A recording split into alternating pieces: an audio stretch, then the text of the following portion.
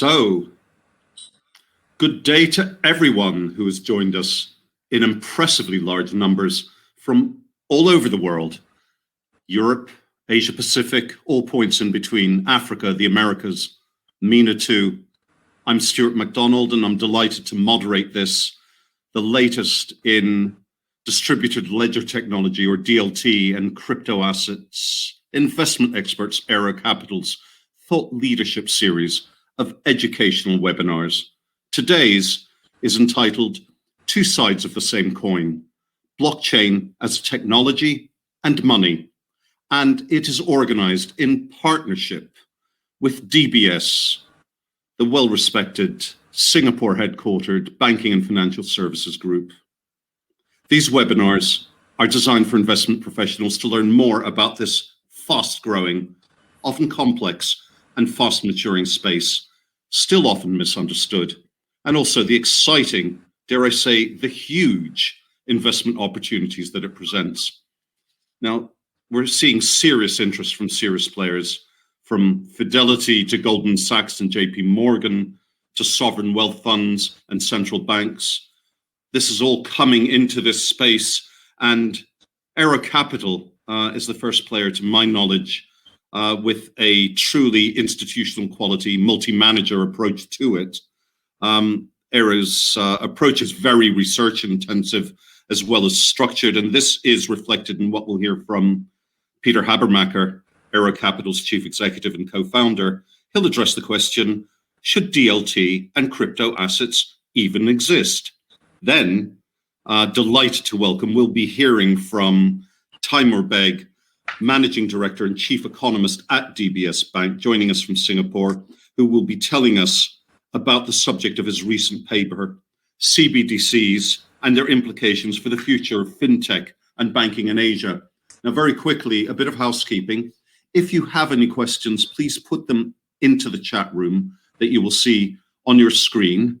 Or if you have the means to contact us by email, email us the questions. And clearly, if time limitations prevent us addressing all of your questions now, please get in touch and Arrow or DBS will answer them offline. Also, the presentations being used will be available to download via the handouts function. Now, without further ado, over to you, Peter. Thank you, Stuart. So, most fundamental question of all for kind of any investor active in this space or kind of looking to enter this space is, why should this asset class, why should this technology even exist? What problems does it solve? So, Industrial Revolution has happened in 4 key stages. The first Industrial Revolution was the true Industrial Revolution in the sense of the term, and centered around mechanization using water and steam power. The second Industrial Revolution was the Technological Revolution, which around mass production, assembly lines, and electricity. The third Industrial Revolution was the Digital Revolution, which centered around communication technologies, automation, computers, and electronics. Today, we find ourselves entering Industrial Revolution 4.0, or the Data Revolution, which centers around cyber-physical systems, digital scarcity, automated decision-making, and networks.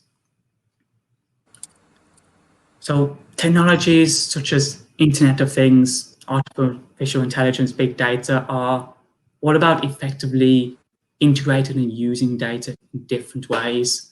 Some of the largest companies today, from social media platforms to search engine advertising to Amazon's marketplace, predominantly data-driven business models. The World Economic Forum pegged the global data economy at $3 trillion back in 2017. DLT is a new kind of database technology, key to enabling the data sharing and flow required to unlock the full potential of these data-intensive technologies. A key limitation for both data integration and next-generation data technologies are the current data business models. They use data and network ownership to gain market power, which has led to data silos that cannot talk to each other. Value, identity, and ownership have to be verified by a trusted intermediary. It is the incentive and control structures surrounding data which have posed some of the greatest challenges for data digitalization and integration initiatives, such as the digitalization and sharing of medical records.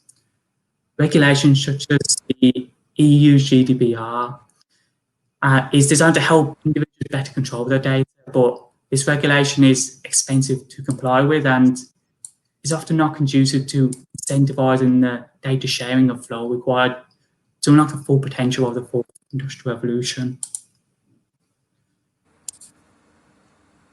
So, where does DLT or distributed ledger technology fit in? DLT is first and foremost a new database structure, database control, and database ownership technology. There are various components to an electronic database known as layers. DLT provides various innovations at the control layer and the network layer, which manages who has access and control of data. The defining characteristic of distributed ledger technology is how it achieves its distributed architecture where there are no database focal points. In this architecture, many parties can have their own copy of the database, which is truly independent of everyone else's copy. This innovation by DLT has several key benefits. The database is more resilient to outside attacks, more tamper-resistant, more transparent, more auditable, and allows for greater control by users and data subjects. This can align the incentives of data subjects, data owners, and data controllers. This reduces the need for intermediaries to facilitate data sharing in low-trust environments between external third parties. Well-known industry names are embracing this new technology. This technology is cutting costs and digitalizing processes which were left behind by previous digital technologies. For example, HSBC has put $10 billion of private placements on the blockchain. The platform known as Digital Vaults gives investors real-time access to records of securities bought in private markets. This has digitalized the paper-based records of private placements. HSBC has also been settling hundreds of billions of dollars worth of internal FX trades on the blockchain, cutting trading costs by 25%. IBM helped businesses integrate blockchain into their processes. IBM offer a full suite of blockchain-based solutions from design to operations. For example, IBM have partnered with Merck to build blockchain platform TradeLens to track shipping containers. The network now covers more than 60% of the global shipping volume. Further, the Central Bank issued a $1.6 billion government bond on the IBM blockchain, and New York also used the IBM's blockchain-based digital health pass to roll out COVID-19 vaccine passports. IAG have launched their blockchain-based trade finance platform Contour to simplify letters of credit, reducing the amount of time needed to process them from 5 to 10 days to under 24 hours. Contour now has expanded to 21 banks from its initial 8 founding members. IAG have also invested in securities lending platform HQLA, which uses blockchain to facilitate efficient and high-speed trading for high-quality liquid assets. HQLA has also recently seen investment from other big banks like Goldman Sachs, Citigroup, and BNP Paribas. Walmart have teamed up with IBM to infuse blockchain into its food supply chains. Using the IBM Food Trust Network, Walmart have shown that they can track a food item from store back to source in seconds compared to days or sometimes even weeks previously. As of June 2020, there are about 300 suppliers and buyers on the network with 6 million packaged goods on store shelves. However, DLT consortiums often struggle to gain widespread industry adoption. The economic issues preventing widespread data sharing are inherent to centralized database control and ownership. Many companies want to be able to directly profit from creating their own DLT platform using traditional business models where they are in control. This makes companies reluctant to join a competitor's DLT platform, as it means foregoing the potential profit from their own platform and giving their competitor a commercial advantage. And this causes the same old problems for data sharing. The solution is decentralization. This is not the first instance where decentralization has achieved a better outcome. Going back to Economics 101, Adam Smith's famous invisible hand shows how when incentives are aligned through the appropriate mechanisms, everyone generally acts in a socially beneficial way. The bedrock of capitalism is that decentralization can have better outcomes than centralization. With decentralization, the decision maker and the decision subject are one and the same, and benefits or suffers from the consequences of their own decisions. Further, market prices provide the information required to make better decisions and incentivizes innovation. DLT takes this one step further, as certain processes which before DLT could only be effectively centralized, money, digital value creation and value transfer, proof of ownership, creation of networks. DLT can decentralize and generate better outcomes. In our economy, money is the core incentive alignment and coordination mechanism where the value of a currency is intertwined with the success of the nation's economy. For DLT, the native cryptocurrency fulfills its role where the value of the cryptocurrency is linked to the success of the DLT platform. This results in a trustless environment not dependent on any local laws or trusted institutions, where the incentives of network owners and users are much better aligned. While DLT is a technological innovation, crypto assets are the economic innovation, and they go hand in hand.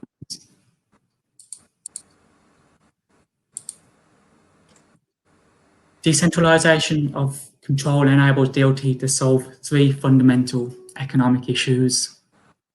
The first is the disintermediation of trusted intermediaries, helping cut out expensive middlemen who might also gain excessive market power. The second is the disintermediation of the holder problem, enabling companies to undertake investments together more confidently in mutually beneficial projects without fearing that the rules of the game could be changed unilaterally by the network owner.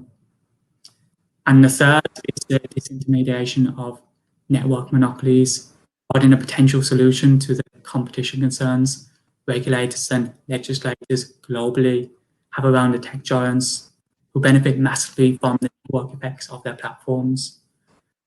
The shared ownership of the network can also generate a vicious cycle of growth using tokens to incentivize participation and contribution to the network. Crypto is a next generation value-based internet, as HTTP and HTML are the platform of the World Wide Web. Ethereum and other crypto networks are the platform of Web 3.0. Web 3.0 is the integration of Industrial Revolution 4.0 technologies and native value management into the internet. So far, the financial payment rails have been kept separate from the web, but in a world where data, money, and value are so intertwined, this separation makes less and less sense. Unlocking this potential value, again, all revolves around data sharing and flow. The new Web 3.0 business models and infrastructure stack are inherently better at achieving this integration than the current Web 2.0 business models and infrastructure stack due to decentralization enabled via DLT. However, as with any new technology, functionality, efficiency, and user-friendliness takes time. But dismissing crypto because of the limitation of the base Bitcoin platform is like dismissing the World Wide Web in the early 1990s. Software built upon the Bitcoin network is increasing its usability, which is similar to how the web has evolved since its inception. The second generation of crypto platforms enable more native functionality via smart contracts, virtual machines to run decentralized software, and more user-friendly, powerful programming languages. The current third generation crypto platforms solve many of the key limitations of Bitcoin. They are much more scalable and do not require large amounts of electricity to run.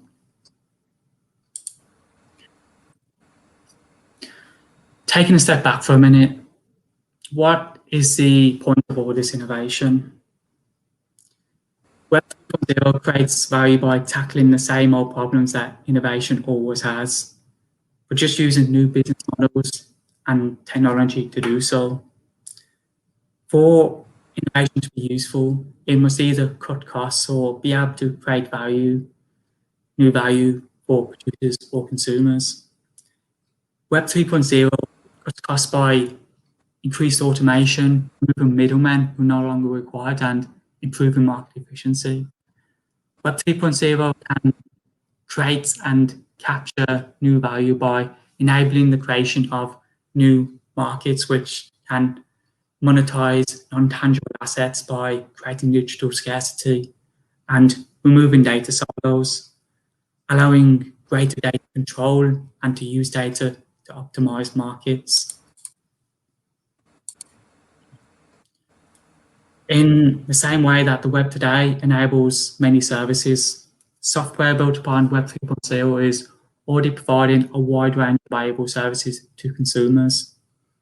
For example, decentralized finance now provides many traditional financial services from payment processing to trading infrastructure to borrowing and lending.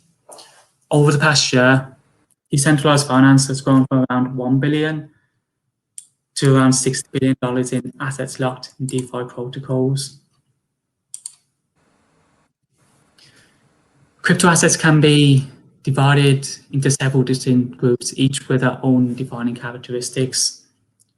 There are two broad top-down approaches of grouping crypto assets, the regulatory and technical approaches. In the regulatory approach, one can distinguish between three broad categories: the cryptocurrencies, security tokens, and utility tokens. However, stablecoins do not clearly fit within any of these categories. From a more technical point of view, we can distinguish between two types of crypto assets: cryptocurrencies and tokens. Cryptocurrencies are act as an incentive and coordination mechanism that prevents attacks aiming to corrupt the data stored on their ledger. Without a well-designed cryptocurrency, a permissionless distributed ledger is of little use as it cannot be trusted. There is no central governing body maintaining the integrity of the platform. A token is a digital representation of an asset. It is issued within a distributed ledger network where it can be traded. The assets that the token represents can be a real world or purely digital assets. Examples of real world assets that can be tokenized are commodities, fiat currencies, real estate, or even the future earnings of an MBA contract. Examples of purely digital assets are reward tokens for participating in or contributing to a network or project. There are many different types of utility tokens. So there's utility tokens, payment and access tokens, work tokens, reward tokens, security tokens, all of which work differently and have distinct functionalities. Then there are stablecoins. Stablecoins are crypto assets designed to have low price volatility to make them more useful as a means of payment by linking them to a stable asset or basket of assets. A stablecoin can be pegged to a currency or a basket of currencies, exchange traded commodities such as precious metals or industrial metals or other crypto assets. An example of a stablecoin is Denim, a global stablecoin in the works of Facebook, which will allow Facebook users to seamlessly pay for goods and services on the Facebook platform without any external payment infrastructure which will charge additional fees. Central bank digital currencies are a central bank issued competitor to stablecoins in terms of a means of payment, which provide various pros and cons relative to stablecoins, depending on the particular use case. Finally, we believe that understanding the economics is important when approaching this market. We have invested a lot of time in building up our economic framework to ensure robust economic support for this growth story over a long time. Alongside our economic white papers, we have published over 50 articles on the economics of DLT and crypto assets as part of our thought leadership series on our website. Well, Peter, that was terrific. One or two sound issues that happen sometimes with demands on bandwidth, but I'm pleased to say that I myself have received a number of questions directly from different people who are participating. And also a bunch have come into the Q&A section of the chat. Now, I'm going to call one or two of them at a time to you, Peter. It's up to you within the time available, which of these you decide to answer. We can see something from Ernest Lowe. We can see something from Zahid Hussain. Also in London, we've had a question by email from Clive Snowden, which is about how do cryptocurrencies enter the real world, since he has found it impossible to pay money from a UK account into the FCA regulated and US listed Coinbase. Clive, that may be too specific for the purposes of this webinar, and I think we'll come back to you separately about that. I think that we'll go into some of the other ones. Here's one from a Sorty No in Osaka in Japan. Peter, how to value crypto assets? That's one question. We also have another one which comes from an algorithm in Dublin, in Ireland. What use cases beside financial services are already the most established or developed? Do you want to pick up on one of those two or both? Then we might go into Ernest and Zahid's questions. Yeah. So how to value crypto assets. And first, there are many types of crypto assets, each with their different functionalities. And kind of crypto assets are security tokens that generate cash flows. One can use discounted cash flow models for. But things get really interesting when you get to the likes of cryptocurrencies like Bitcoin and Ethereum. And there are a number of possible approaches to this. First, one can look at the value of the markets or the asset classes that crypto assets could potentially disrupt. For example, for Bitcoin, people argue that one can calculate the value of Bitcoin if it were to capture X% of the gold market or the offshore banking markets. Second, one can try to measure the network value, which is the approach originally used to value social media networks, especially before they started to effectively monetize their platforms. For crypto, we can look at metrics such as the number of crypto wallets and its growth rate. Third, we can try to measure the value the crypto platform is generating for its users, or in essence try to measure its GDP and wealth creation generation. This involves looking at so-called on-chain indicators, which is metadata on how much these platforms are being used and how much users are willing to pay to use them. This involves looking at things like transaction fees paid by users, the circulating velocity of the cryptocurrency, and the capital gains enjoyed by holders of the cryptocurrency. Based on this approach, we have developed proprietary market indicators which have been effective and continue to be effective at measuring market health, predicting the future direction of the market, as well as predicting market tops over previous crypto market cycles. And this enables us to rotate between aggressive and conservative strategies to capture more of the upside in bull markets and to protect bear markets. Okay. Actually, Peter, I like the look of Ernest Lowe's second question. It's about security. Cryptocurrency exchanges have been hacked. Does the fund use exchanges? How do you, and more importantly, how do you reduce the risks of holdings being hacked? Yeah, this is kind of a topic that has been in the news for several years now, particularly as kind of institutional investors have found is particularly troublesome. Kind of the core issue here is a lack of regulation around minimum cybersecurity standards of service providers in the crypto space.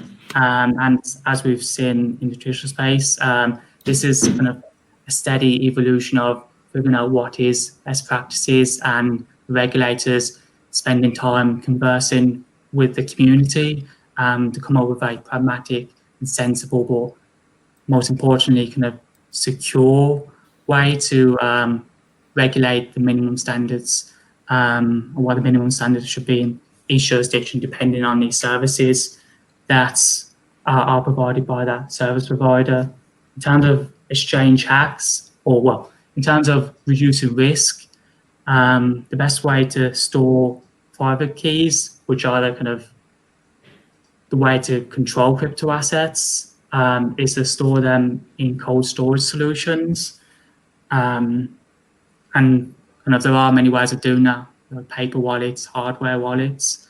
For more institutional investors, they tend to look for kind of professional custodians, and there are now a number of custodians regulated to hold crypto assets in various jurisdictions, and kind of in countries like Germany, banks are now officially allowed and be regulated to hold Bitcoin on behalf of clients with the correct security procedures and processes in place to securely secure them and minimize the risk of any hack.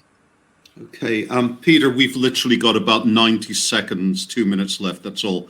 Zohaib, I don't think that we're going to address where do CBDCs tie into this, simply because Timur is going to be talking about CBDCs, and he may draw the relationship clearly or not. But I just want to ask another question that's come through, Peter, very quickly. With the growing number of Ethereum rivals, how will this further impact the market, especially in terms of the heterogeneous landscape, or in what direction will this go, in your opinion?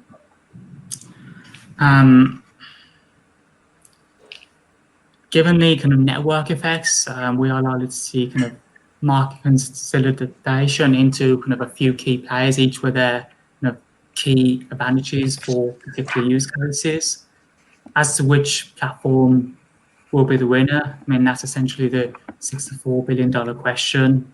And while Ethereum currently has the community around it and first mover advantage, which is obviously very hard to displace, some of the kind of third generation protocols have very interesting use case and technological propositions, but the best technology doesn't necessarily always win.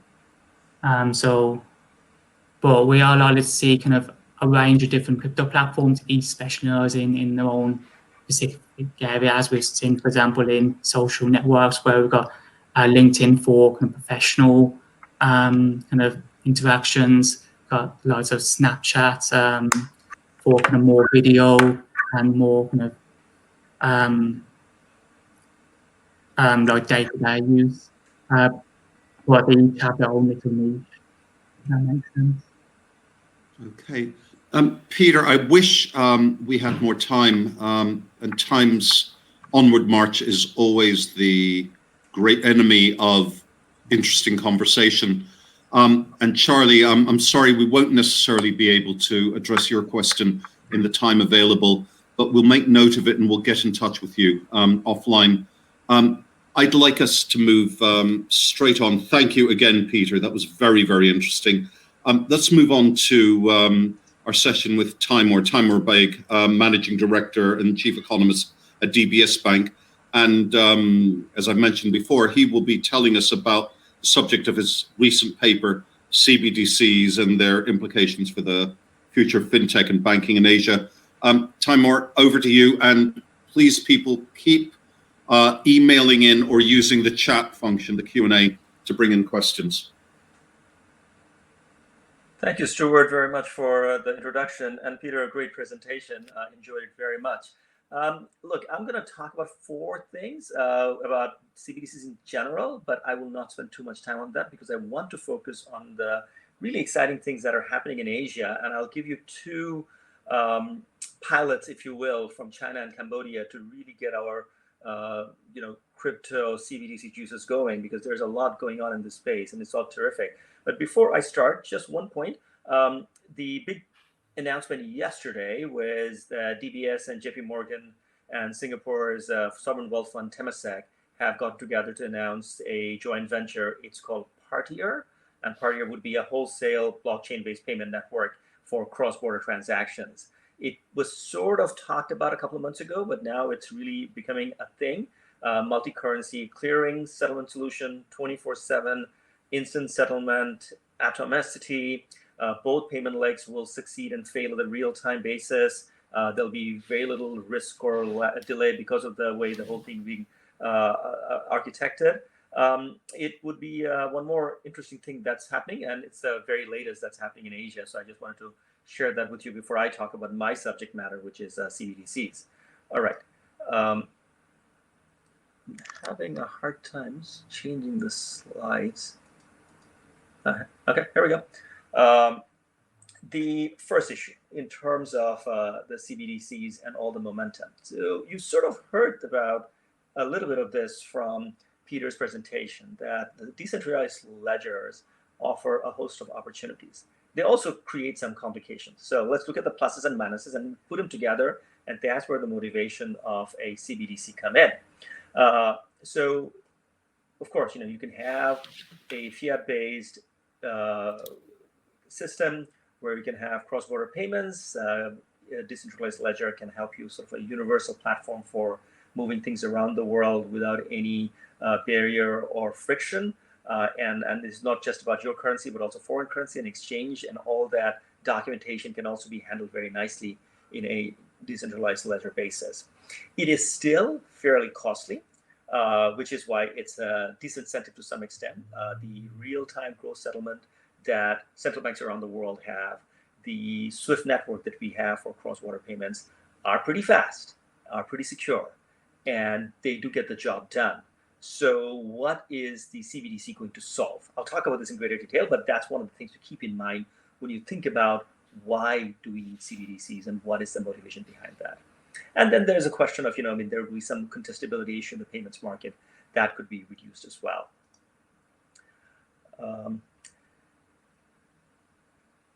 The reason I'm pausing is, again, every single time I bring my cursor. Okay, all right, there we go. So what sort of acceleration are we seeing in the CBDC space? BIS has been doing steady surveys of central banks about their interest and the kinds of pilots that they're doing on CBDCs.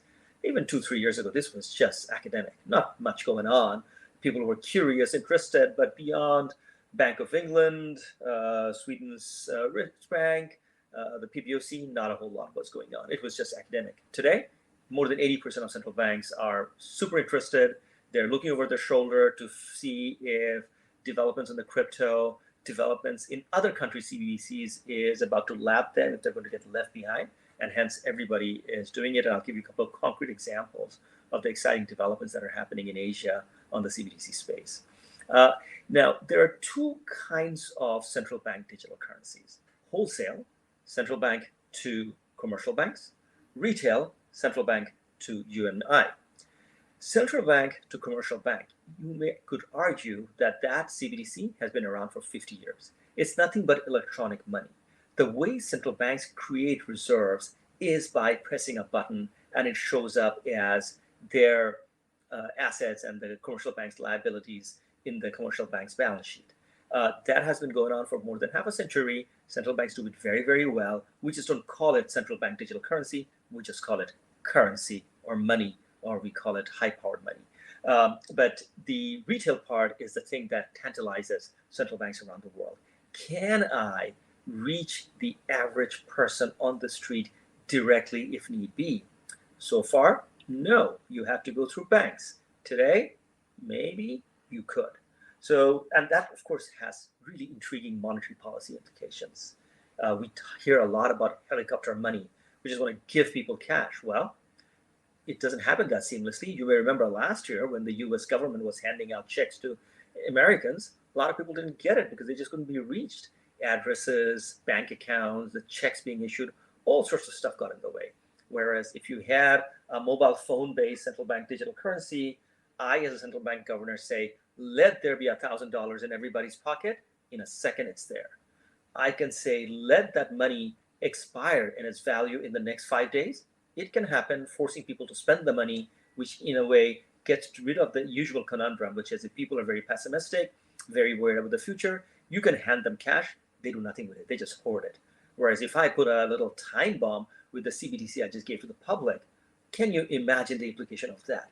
Instant monetary policy transmission, things that you could only dream about, it's now very much possible. And then there's the issue of, beyond the issue of monetary policy option, is payment efficiency, payment safety. These things are far more relevant for emerging market and developing countries. I don't think somebody sitting in Singapore or London today is struggling with payment efficiency. There are lots of options. There are lots of things to do. But somebody sitting in India, somebody sitting in sub-Saharan Africa, still lots of issues related to payment efficiency and payment safety. Think about all the workers who work in cruise ships, who work in construction sites in Dubai, or in tourism sector in Thailand. They're from Bangladesh, they're from Cambodia, they're from the Philippines. How do they send money home? Western Union, bank-to-bank transfer, very expensive, huge margins. EM economists could really, really make the lives of these people better by coming up with some sort of a CBDC solution. Where does decentralized ledger come into this? I'll explain in a second. But of course, the day-to-day spending, cryptos are clearly not a use case so far. And therefore, again, central banks with their fiat power, with their credibility, may well be the ones that can bring down the cost of transaction through their CBDCs and become more usable on the digital currency end than cryptocurrency, whereas cryptocurrency could very well head into the direction of being something that is used for capital market purposes, for store of value, and maybe a few other applications. All right, moving on from that. And apologies that every single time I do a slide transition, I pause.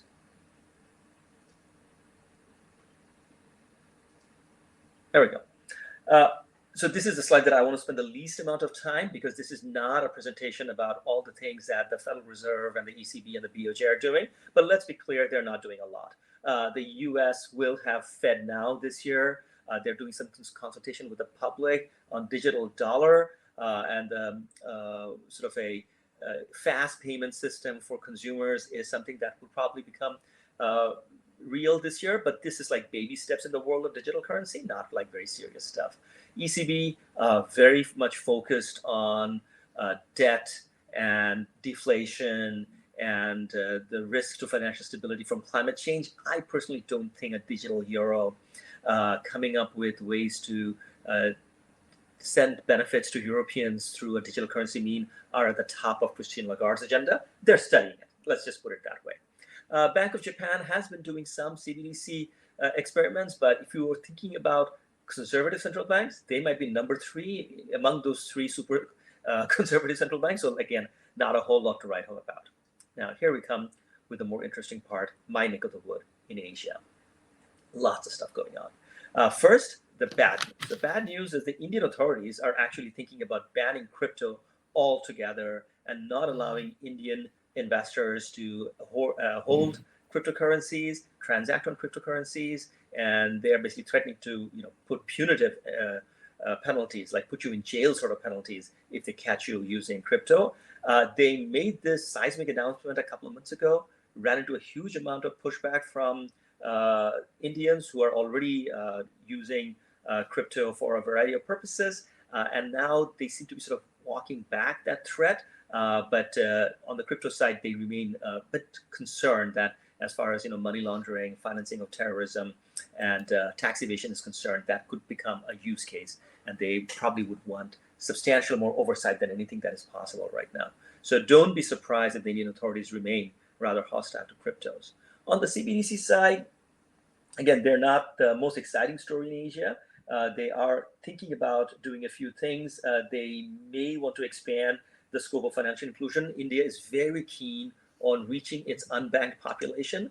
Using a CBDC might be the way. They already have set up bank accounts for all Indians, but still, bank accounts are not that easy because banks are not everywhere.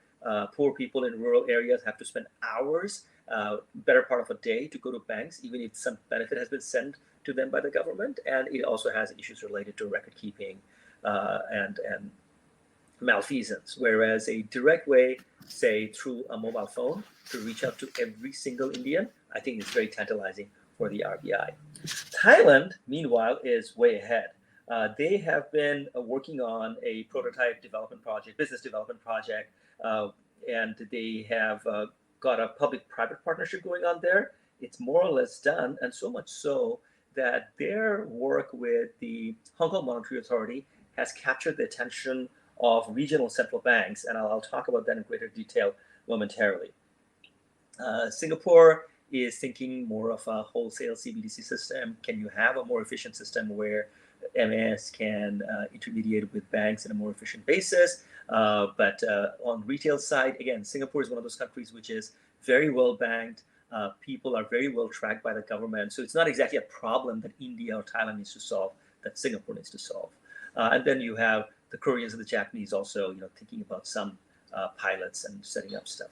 Okay, this is the exciting part, that the progress that Bank of Thailand and HKMA made seem to be so promising that now you have got China, United Arab Emirates, and the BIS, Bank for International Settlements Innovation Hub, all come together to create what is being called as a mobile bridge for central bankings, multiple bridge for MCBDC, multiple CBDC bridge project. So what's going on there?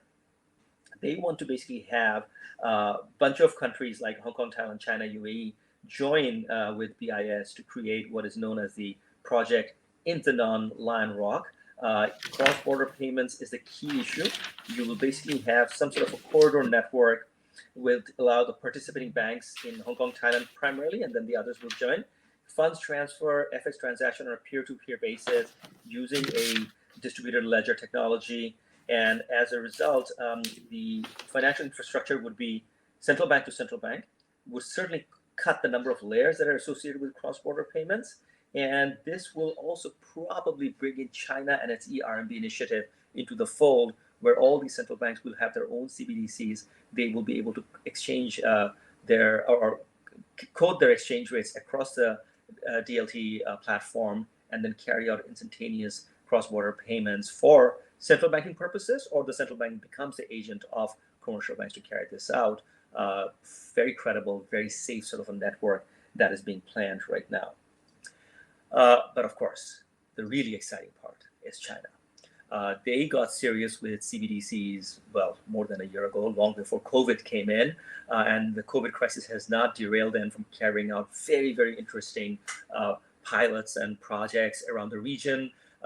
People get lotteries through that. They, in their mobile phones, have an ECNY wallet, and they get digital money, which they can spend. And when they spend it, they get certain motivational perks along with that. And the authorities are basically seeing how this thing transmits through the entire economy. What does it mean for velocity of transaction?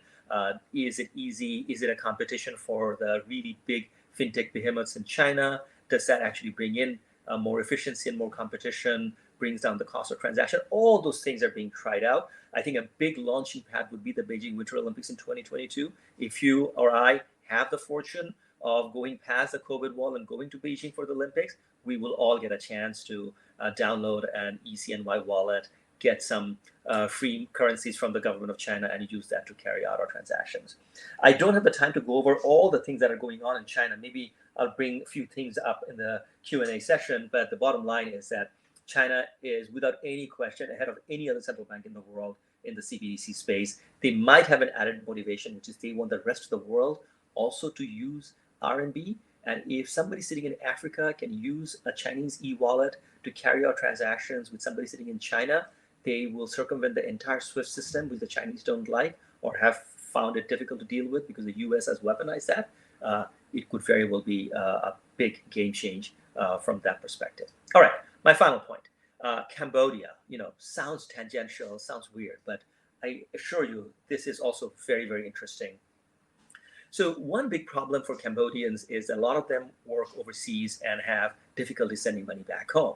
So the government of Cambodia said, we can come up with a blockchain-based solution to lower the cost of transaction and get the central bank involved. Just forget the banking system. We'll cut out the banking system. If you are sitting in Thailand and you want to send your hard-earned cash in local currency terms from US dollar, for example, I will help you do that. Just download the next time you're in Cambodia, the government of Cambodia e-wallet. It sits on this Japanese blockchain developed by Suramitsu. People with QR code and phone numbers can connect with digital wallets, send money back home to their loved ones instantly. Fiat-backed, immediate transfer, minimal transaction cost, huge benefit for expat Cambodians to send money home. Talk about solving problem, a real problem for the poorest or the hardest working Cambodians who are away from their loved ones thousands of miles and sending money back home. To me, this is where the real promise and application of CBDC comes in. Not just allowing us to speculate or coming up with solutions for wealthy individuals in wealthy countries, but the poor countries of the world where you can leapfrog all sorts of inefficiencies and get to the heart of the matter, which is making people's lives better. I will stop right there. Stuart, back to you. Fantastic. Listen, from what you've said and also the questions that have been coming in, there are three different directions we can take this. I'm going to bunch things just to make this feasible. Now, Mark Rakatamolata has come in with a question that's on screen. What is the main motivation of China for DCEP? Is it to go after dollar dominance? Now, you mentioned that if there was time, you'd go into what's happening in China a little more. That's one thing that perhaps we can park for a couple minutes. I see that Johannes Google from Austria has come up with something which you touched on about India proposing a law banning digital assets with draconian punishments for holders of such assets. The question really is what is their motivation and what are the implications of this? Mark, can you hear me clearly? I can hear you clearly. Hello? Hi, guys. Yeah, can hear you. Tamar, I can hear you. Because I sort of Stuart's voice sort of faded toward the end, but I sort of got the question. I see what Mark is asking. The main motivation for China. Look, clearly the Chinese would not want to go out and tell the whole world that we're out to displace the US dollar. They have been making marginal progress in this area in recent years by getting the RMB part of the special drawing rights initiative or system framework of the IMF, but that doesn't really make things any different for them. Vast quantities of trade in the world comes from China, but they're almost all invoiced in the US dollar. People simply find the US dollar more convincing to use. So I think the immediate use and motivation for China is not to displace the dollar. That is, of course, something, if it were to happen, they would welcome, but that's not the immediate use. The immediate use is they want it to be used domestically to put the big tech behemoths of China under some degree of competitive pressure. As you can see in the recent months, both with respect to Alibaba and Tencent, the authorities have become quite a bit tough, and they want to promote more competition. And they feel that these quasi-monopolies are so large that you might need something like CBDC to come in for digital wallet type competition to take place. Beyond that, there is an international argument, even beyond the issue of, even before the issue of dollar supremacy or primacy, which is making the RMB a little more usable without opening up the capital account entirely. So the Chinese basically want to have their cake and eat it too. They don't want a fully convertible RMB. They don't want money to go in and out of China. They feel that's destabilizing. And there's some credit to their argument, actually. If they can keep doing that, so be it. It does keep things a little more stable. Maybe not as efficient, but it's definitely more stable. But CBDC might allow them to maintain that friction, if you will, on the capital account side, and still make case for traders around the world, by that I mean goods traders, to invoice goods in RMB, because then they can have money going back and forth instantaneously without any friction, without any FX risk, without their own currency subject to the US dollar risk. So from that perspective, I think it's there too. I'll stop right there. Okay, that's really interesting. I'd like to go from China to India, where there's a bit of crackdown happening. You know, what is the motivation of the authorities there right now? Sorry? I'm sorry, can you hear me?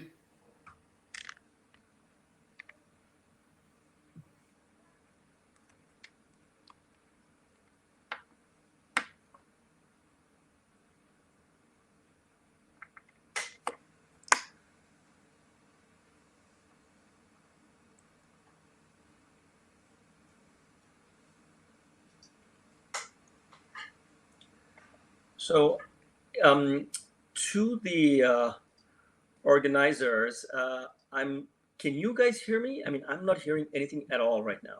Yeah, we can hear you. Okay, so I can hear you too. So why can't I hear Stuart?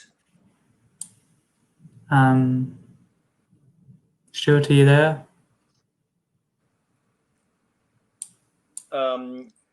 Peter, shall I just read out the questions? I mean, since we don't have much time left, and answer them myself? Yeah, let me just go ahead and do it. Let's see. Johannes has a few questions about India banning digital assets. I think I took that on. Yeah, that was it. Oh, won't banks get disintermediated if central banks start issuing currencies directly to the public?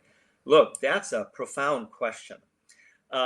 Banks will get disintermediated if the central banks start taking on lending and deposit taking responsibilities as well.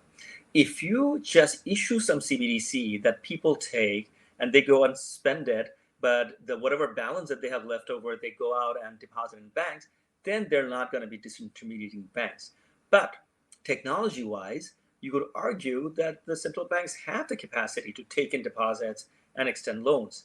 But then the question is, do they want to get into that incredibly boring and difficult job of taking in the deposits of millions of people, managing their accounts, dealing with customer service questions, and they're coming up with, a program where they have millions and millions of credit assessors who go out and carry out credit decisions and lending decisions. I think the central banks are not interested in that. But to the extent that there'll be some disintermediation in the form of issuing currency, yeah, for sure. I'm going to go through the questions. Peter, if you have any questions, you can also feel free to flag it. Ernest Lowe has a question. In Singapore, we have Pay Now. In terms of CBDC, what are the differences and efficiencies? So Ernest, in terms of Pay Now, it's a bank-to-bank system. You have a few non-banks in it, but a CBDC in theory, and the way we're seeing it happen in China, will be system-wide. Everybody can make payments. Everybody can be part of it. There will be far less of a guardrail in place. And of course, the central bank oversight will be there, whereas now Pay Now is something under the aegis of the banking system. The MAS has a view, but as a perspective and oversight of that, but they're not necessarily in charge of sending cash to people and issuing tech solutions like an eRMB wallet that the Chinese are doing. So that's the sort of difference I would say is there. Zahib has a question. From an economic standpoint, how does a CBDC tie into traditional money supply? Will issuing X billion of ECNY into the very good question would increase the money supply in a traditional sense? Well, it will and it will not. Sorry about the double-handed answer. Think about it this way. On a fractional reserve system, the way it works is that if I issue $10 worth of high-powered money to the banking system, the banks, because of the fractional reserve system, can go out and lend 100. So the multiplier is there because of the way central bank to commercial bank relationship work, right? That's not the way it's going to happen when a central bank issues directly a dollar to somebody else. Can I just pause and check with everybody? Can you guys hear everything I'm saying? We can hear you. Peter, Stuart? Yeah. Okay, all right. Everybody's audio is breaking up, so I am hoping that everything I'm saying is intelligible. And so anyway, Zahab, I hope you heard my answer. It was a terrific question. Okay, good. Are central banks equipped to do KYC? They are equipped, but do they want to?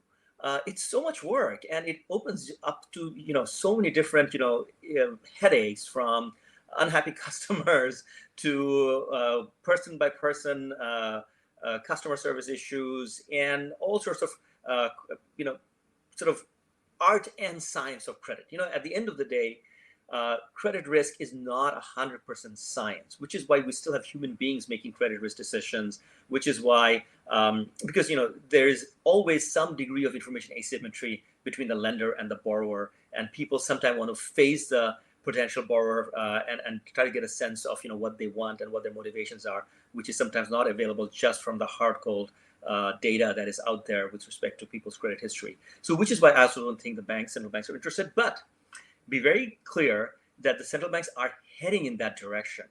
CBDCs, cross-border payments, all these things that are going on, in a way, there are elements of KYC and AML CFT in there. So like it or not, they might have to get involved in it to some extent. Stuart, do we have you back? Do you want to run the last bit?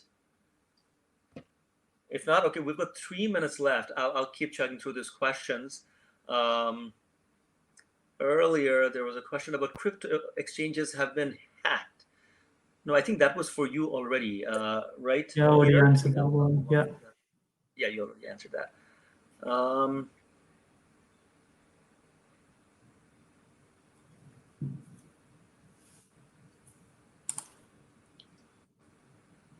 Okay, I guess Charlie's question is the only one that we have left. Will the launch of CBDCs render other fiat-backed stablecoins redundant? Fiat-backed stablecoin, what does it mean? And is it a new thing, or has it been around for a long, long time? So BIS head Augustin Carstens pointed this out to me last year, that way back in the 1600s, Bank of Amsterdam had a stablecoin. It was copper-backed. The Dutch East India Company was out around the world making, colonial expansion, and they needed lots of money. And Bank of Amsterdam was a big creditor to them. They were lending them money. To keep the entire system credible for about 150 years, Bank of Amsterdam maintained a copper-backed currency that was stable coin, which sort of at one point faced its demise because people simply did not trust Bank of Amsterdam to carry out that operation credibly. I think that in some cases, and credibility is the issue. Banks that want to, central banks that want to establish credibility, countries that want to establish credibility, tech companies that want to establish credibility for payments have the motivation to have some sort of a stable coin type currency issue, which is why Facebook wanted something like that. It was going to be a one-to-one back Libra. So I don't think central banks going into the business necessarily takes those motivations out of the system. People who want a badge of credibility would want to tie themselves to another stable asset. Some people want US dollar to be the backing of the stable coin. Some people want a metal like gold. Other people might come up with other things. So the answer is no. It will not put all other fiat-backed stable coins out of business. Maybe I quickly jump in here because we're still facing an issue, it seems like, with Stuart. We are already on the end of the webinar, and I want to thank all of the participants. Taimo, for your exciting presentation here. I think it was really exciting. We had still a lot of questions, but also to the audience. Maybe reach out directly to us if you have any additional questions. And also, Peter, thank you for this great presentation, and Stuart. And yeah, we hope we could give you a good overview and insights into those topics, and also hope that you are with us in the next webinars we're conducting like every couple of months. So thank you all. Have a great day, and enjoy the day.